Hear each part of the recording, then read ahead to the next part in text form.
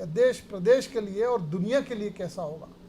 आज हम इन्हीं दो जो ग्रहण आने वाले हैं, आने वाले 15 दिनों के बीच, उसकी क्या कल्पना कर रहे ज्योतिष, उसको लेकर उसकी क्या गणना कर रहे ज्योतिष, उस पर हम बातचीत करेंगे। मेरे साथ ज्योतिषाचार्य विनोद गौतम जी है। विनोद जी, बहुत स्वागत है आपका पब्लिक फर्स्ट में। आप भी जान रहे हैं, आप भी लंबे समय से गणनाएं कर रहे हैं ग्रहण को लेकर।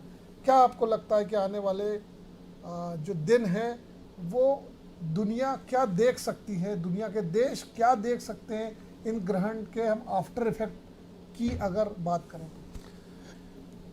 प्रसन्न जी, अगर 15 दिन के अंदर 2 ग्रहण पड़ते हैं, जैसे कि कहा गया है एक पखवाड़े में 2 ग्रहण खतरे की घंटी है, तो ये 2 ग्रहण पड़ रहे हैं एक 15 दिन के अंदर ही, एक दीपावली को, एक देव दिवाली को। तो ऐसे में ये जो 25 तारीख का ग्रहण है, ये इसके बाद जो 8 नवंबर का ग्रहण है, ये 2 ग्रहण पड़ रहे हैं। और ये दोनों देश दुनिया के ऐसी राशि में पड़ रहे हैं जिनकी जो ऐसे ऐसे देश फंस रहे हैं उन राशियों में, जो कि अपना एक विशेष वर्चस्व रखते हैं विश्व में। तो ये ग्रहण जब भी पड़ते हैं तो निश्चित तौर पर समस्याएं तो आती हैं, प्राकृतिक समस्याएं आती हैं, लेकिन इस ग्रहण के जो प्रभाव से मानवीय समस्याएं भी उत्पन्न हो रही हैं। अगर देश दुनिया की बात करें तो ये ग्रहण चूँकि तुला राशि में आ रहा है, और तुला राशि रूस से संबंधित राशि है, और जो दूसरा ग्रहण है वो मेष राशि में पड़ रहा है। तो मेष राशि चीन और अमेरिका की राशि है, जबकि सबसे ज़्यादा प्रभुत्व वाले देश विश्व में चीन, रूस और अमेरिका हैं। तो इन ग्रहण का प्रभाव सीधे सीधे इन तीनों देशों पर विशेष तौर पर पड़ रहा है। पाकिस्तान पर भी क्या असर होगा इसका? क्योंकि हम ये बातचीत दुनिया की इसलिए करते हैं गौतम जी, क्योंकि जो सनातन धर्म है वो वसुधैव कुटुंबकम मानता है, पूरी दुनिया को कुटुंब मानता है। तो हम ये जानना चाहते हैं कि अगर हम पे कोई आपदा नहीं है तो दुनिया में आपदाएं कहाँ हैं, वहाँ पर अगर ज्योतिष के माध्यम से सचेत हो सके दुनिया, तो वो सचेत भी हो जाए, वो उन चीज़ों को रोक पाए जो उस पर एक आपदा बनकर टूटने वाले। तो भारतीय सोच है वसुधैव कुटुंबकम, इसलिए हम आपसे दुनिया की इस बात की चर्चा कर रहे हैं। तो आपको क्या लगता है ग्रहण का पाकिस्तान पर क्या असर होगा, और क्या आने वाले समय में आप विश्व युद्ध देख रहे हैं? क्या देखा जाए तो पाकिस्तान में भी ये ग्रहण देखा जा रहा है। पाकिस्तान के अलावा भी कजाकिस्तान, तुर्किस्तान इत्यादि जो मुस्लिम बाहुल्य देश हैं, उनमें अधिकतर जगह पर ये ग्रहण दृश्य है। साथ ही चीन, अमेरिका, पूर्वी एशिया, प्रशांत महासागर, हिंद महासागर इत्यादि क्षेत्रों में ग्रहण का जो छाया है वो पड़ रही है। तो जहाँ पर ग्रहण की छाया पड़ती है वो देश विशेष तौर पर प्रभावित होते हैं। हालांकि इस ग्रहण से भारत भी प्रभावित होगा, और भारत में प्राकृतिक आपदा, भूकंप और सुनामी जैसी स्थितियां आगामी समय पर हो सकती हैं, क्योंकि ग्रहण जब भी पड़ता है तो उसके जो प्रभाव हैं वो आगामी 2 महीने तक परिलक्षित होते रहते हैं। ऐसे में आपने जो कहा है कि युद्ध जैसी स्थितियां क्या परिलक्षित हो सकती हैं, तो निश्चित तौर पर जब प्रभुत्व वाले 3 देशों में टकराहट बनती है और 3 देशों में ही ये ग्रहण की स्थितियां बन रही हैं, और तीनों देशों की राशि पर ये ग्रहण भी पड़ रहा है, तो निश्चित में इन तीनों देशों को कहीं ना कहीं ग्रहण का सामना करना पड़ रहा है। तो इन देशों को ग्रहण लग सकता है, इनकी प्रभुत्वता में ग्रहण लग सकता है, इनकी शक्ति में ग्रहण लग सकता है।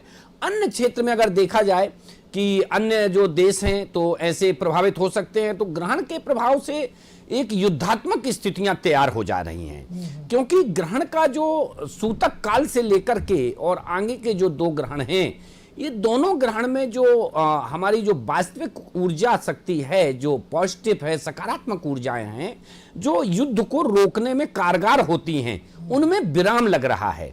जैसे कि जो नेगेटिव एनर्जी है और नकारात्मक ऊर्जा है वो उस समय पर बलवती हो जाएगी और उसके प्रभाव से लोगों की जो सेनाध्यक्ष हैं, राजा हैं, वो आपस में लड़ने लगेंगे। उनकी जो मानसिक शक्ति है वो बदल जाएगी और प्रभुता के लिए ये चीजें आ सकती हैं कि देश दुनिया में दो दो जगह पर युद्ध जैसे स्थितियां बन जाएं। इधर एक युद्ध चल ही रहा है जो कि आप अभी लगातार जी रूस और यूक्रेन का चल ही रहा है, और ऐसा हो सकता है कि ये दूसरे कोई देश का युद्ध भी शुरू हो जाए, जैसे चीन और ताइवान का युद्ध शुरू हो जाए, तो ऐसी दो जगह पर युद्ध जैसी स्थितियां बन जाएं और भविष्य में ये दोनों युद्ध त्रिकोणीय मुकाबले के तहत में और विश्व युद्ध की श्रेणी में आ सकते हैं। तो मतलब आपका आकलन ये कहता है कि आने वाले 1-2 महीने में विश्व युद्ध, पूरा दुनिया जो है वो एक विश्व युद्ध की तरफ बढ़ रही है। जी हाँ, अग्रसर हो रही है। बिल्कुल। देखा जाए तो ये विश्व युद्ध, पुराने विश्व युद्ध जो हुए हैं 1962 में, 72 इत्यादि में जो विश्व युद्ध हुए हैं, उस समय पर भी रुद्रवीशी चल रहा था। रुद्रवीशी से तात्पर्य है ऐसे 20 वर्ष जो कि कठिनता वाले होते हैं। तो ये लगातार आप देख रहे हैं कि रुद्रवीशी का प्रभाव अपन पूरी दुनिया में देख रहे हैं। अभी संक्रामक बीमारी हुई थी, इसके पहले अपने भारत में ही अगर रुद्रवीशी के प्रभाव देखें तो इसके 2013 में सबसे पहले प्रभाव हुए थे। केदारनाथ में कितनी बड़ी त्रासदी हुई, फिर पशुपतिनाथ, नेपाल जैसी स्थितियां बिगड़ गई। आगे देखिए तो ये केरल में इतनी बड़ी त्रासदी हुई और पूरे विश्व में देखा जाए कुंभ का सिंहस्थ इत्यादि, तो देखा जाए तो पूरे विश्व में लगातार ये त्रासदी का दौर, रुद्रवीशी का दौर चल रहा है। रुद्रवीशी मतलब संहारक। ऐसे ये 20-20 साल के दौर होते हैं और उसी 20 साल के दौर में अभी हम चल रहे हैं और अभी तो बहुत कुछ होना बकाया है। ये आगामी 10 साल बहुत ही त्रासदी वाले हैं।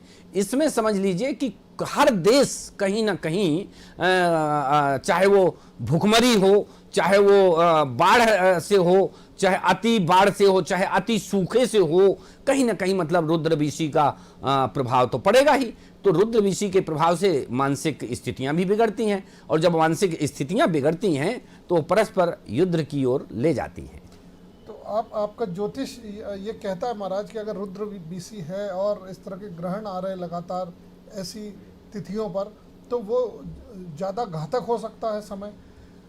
जी हाँ, बिल्कुल। इस समय से जो हमारा पूर्व का समय था जिसमें अभी संक्रामक दौर चला, तो ऐसी स्थितियों में देखा जाए तो ज़्यादा घातक हो सकता है, क्योंकि युद्ध की पीड़ा से पूरा विश्व, चाहे वो किसी भी देश में युद्ध चल रहा हो, लेकिन प्रभाव उसका पूरे विश्व में पड़ता है। उसका घातक जो दुष्परिणाम है पूरे विश्व के देशों को और प्रत्येक प्राणी को झेलना पड़ता है, चाहे वो महंगाई के रूप में हो और चाहे वो स्वास्थ्यगत समस्याओं के रूप में हो, चाहे संक्रमणता के कारण हो। जब भी ऐसे छद्म युद्ध या विश्व युद्ध जैसी स्थितियां बनती हैं तो पूरे विश्व के देशों को कहीं ना कहीं मतलब कुछ ना कुछ उनको झेलना पड़ता है। हम सनातनी हैं, हम आध्यात्मिक हैं, हमारे पास भगवान के दिए ग्रंथ हैं, पुराण हैं, तमाम तरह का ज्ञान हमारे देश के पास है।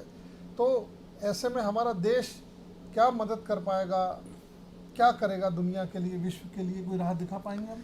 देखिए, हमारा जो देश है भविष्य में विश्व गुरु की श्रेणी में आएंगे और भारत की जो प्रभाव राशि है वो है मकर, और मकर के स्वामी स्वयं अभी मकर राशि पर विराजमान हैं। इसके बाद वो 2.5 वर्ष के लिए अपनी दूसरी राशि कुंभ पर जाएंगे और ये सर्वोच्च शक्तिमान शनि महाराज हैं। ये अखिल ब्रह्मांड के सर्वोच्च न्यायाधीश हैं, तो ये न्याय कराएंगे। तो ऐसे में देखा जाए कि कभी भी जब भी मतलब विश्व युद्ध जैसी स्थितियां बनेगी और विश्व युद्ध को रोकने के लिए ये जो रुकना विश्व युद्ध का संभव होगा, ये दूसरे देश जो आपस में लड़ रहे हैं उनका जब भी रुकना संभव होगा वो भारत के अथक प्रयासों से ही संभव होगा और भारत उसमें रोकने का प्रयास करेगा और विश्व युद्ध भारत के प्रयास से रुकेगा भी। लेकिन जब तक कि जैसे युद्ध के जो दुष्परिणाम हैं वो बहुत ज्यादा आगे बढ़ जाएंगे, चारों तरफ त्राही त्राही मच सकती है, देश दुनिया के जो ऐसे देश हैं वो जल जाएंगे। सोचिए कि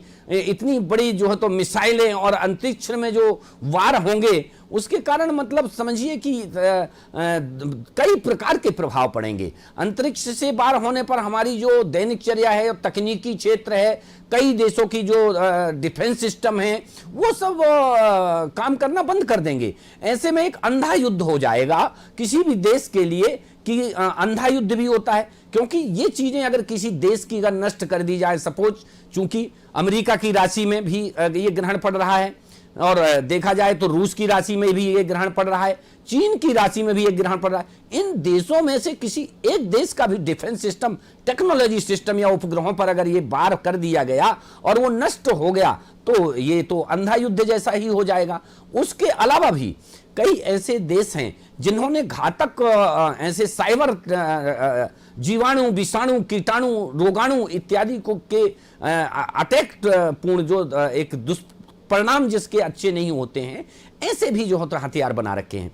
तो उन जी जैविक हथियार, तो उन हथियारों का प्रयोग हो सकता है, और उससे जो अभी त्रासदी अभी अपन देख रहे हैं कि ये कोरोना की त्रासदी अपन को कितना पीछे ले गई, पूरे विश्व को पीछे ले गई। तो ऐसे और भी त्रासदियां युद्ध के द्वारा संभव हैं, जो युद्ध का परिणाम स्वरूप कई देशों को परेशान करेंगी। इन सब में हम अगर देखें, हमारे पड़ोसी मुल्क पाकिस्तान, नेपाल, बांग्लादेश, इन पर क्या असर रहेगा, इसका क्या आकलन? देखिए, पाकिस्तान की जो प्रभाव राशि है, उसके ग्रह इत्यादि स्थिति के अनुसार जो आगामी संवत्सर आएगा हमारा 2080, उस संवत्सर के शुरुआत से ही पंचग्रही योग बनना शुरू हो रहा है। तो ऐसे में पाकिस्तान में विघटनकारी स्थितियां पूर्ण रूप से प्रारंभ हो जाएंगी। तो फरवरी 2023 के बाद पाकिस्तान में विघटन हो सकता है, अलगाव हो सकता है, पाकिस्तान के टुकड़े हो सकते हैं, उसकी प्रक्रिया बन सकती है। लेकिन इसके पूर्व पाकिस्तान के जो प्रधानमंत्री हैं या पूर्व प्रधानमंत्री हैं, उनके लिए विशेष षड्यंत्री योग चल रहा है। तो ऐसी स्थिति में बंधक योग, जैसे जेल जाने का योग बोलते हैं, तो ऐसे में कोई ना कोई पाकिस्तान का प्रधानमंत्री, पूर्व प्रधानमंत्री, उनके लिए भी ये समय कष्टपूर्ण है। मतलब हम ये कह सकते हैं कि पाकिस्तान के लिए कष्टपूर्ण तो है, क्योंकि आप कह रहे हैं कि प्रधानमंत्री या पूर्व प्रधानमंत्री जेल जा सकते हैं, लेकिन वहाँ पर जब सेना कब्जा लेती है, लोकतंत्र खत्म हो जाता है, तो ऐसी भी कोई संभावना है कि आने वाले समय में सेना के हाथ में चला जाए पाकिस्तान, क्योंकि वहाँ की एक आदत है पाकिस्तानी सेना की। अभी तो खैर इस पर विचार नहीं कर सकते हैं, लेकिन आगामी समय पर फरवरी के बाद जैसे ही शनि का राशि परिवर्तन होगा, वैसे ही पाकिस्तान को इसके लिए तैयार रहना पड़ेगा। पाकिस्तान में एक तो अलगाव की स्थितियां बनेंगी, पाकिस्तान दो प्रकार से विभाजित हो सकता है, साथ ही इसमें अराजकता और अशांतिपूर्ण स्थितियां इतनी बढ़ जाएंगी कि सैन्य शक्ति को सामने आना पड़ेगा, और कुछ समय के लिए सैन्य शक्ति भी अपना पाकिस्तान में कब्जा जमा चुकी होगी।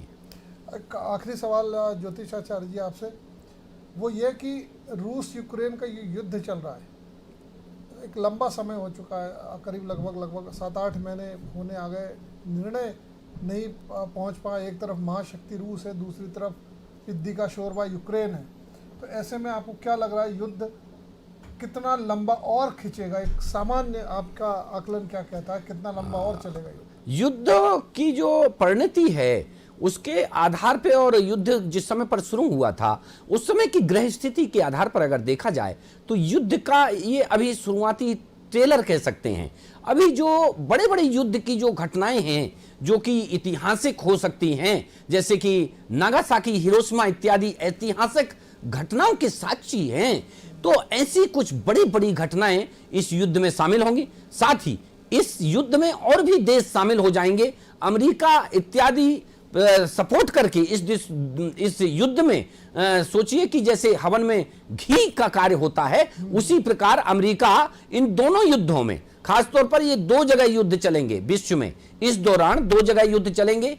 एक तो ये युद्ध चल ही रहा है जो कि रूस और इसका यूक्रेन का चल रहा है, दूसरा जो युद्ध शुरू होने वाला है वो है चीन और ताइवान का। तो इन दोनों युद्धों में, चूंकि ये पृथ्वी पर 2 युद्ध टले नहीं टल रहे हैं, तो इन दोनों युद्ध में अमेरिका जो है तो घी की आहुतियां लगा करके युद्ध की ज्वाला को भड़काएगा, और इसके बाद वो स्वयं युद्ध में कूदेगा, और निश्चित तौर पर तीनों देश आपस में टकरा करके और भारत के सामने भिक्षागत हो जाएंगे और कहेंगे कि हमारी मंशा के अनुसार हम आगे से युद्ध को नहीं बंद करना चाहते, हम अपनी प्रभुता को कम ना होने दो हमारी, लेकिन हमारा ये युद्ध बंद करवा दो, ऐसे विनय याचना निवेदन इत्यादि भारत के साथ करेंगे। तो ये स्थितियां जो कि मैं पूर्व में भी बोल चुका हूं कि युद्ध को बंद भारत ही करवाएगा और जो घी उसमें पूर्णाहुति और हवन का कार्य है वो अमेरिका करेगा। तो आपने देखा कि ये दो ग्रहण है किस तरह देश और दुनिया पर असर डालने वाले हैं और किस तरह से हमारे जो ज्योतिष है, जो हमारे यहाँ की काल गणनाएं, कालजयी गणनाएं, काल गणनाएं हैं, वो क्या कहती हैं, किस तरफ इशारा करती हैं। आने वाले समय में आप देखेंगे कि ये जो भविष्यवाणियाँ हो रही हैं हमारे हिंदुस्तान की तरफ से, जो हमारे जो मर्मज्ञ यहाँ पर ज्योतिषाचार्य हैं वो जिस तरह से भविष्यवाणियाँ कर रहे हैं, बिल्कुल उसके आसपास ही आपको उसके प्रमाण भी और प्रभाव भी देखने को मिलेगा। मुझे दीजिए इजाज़त, नमस्कार।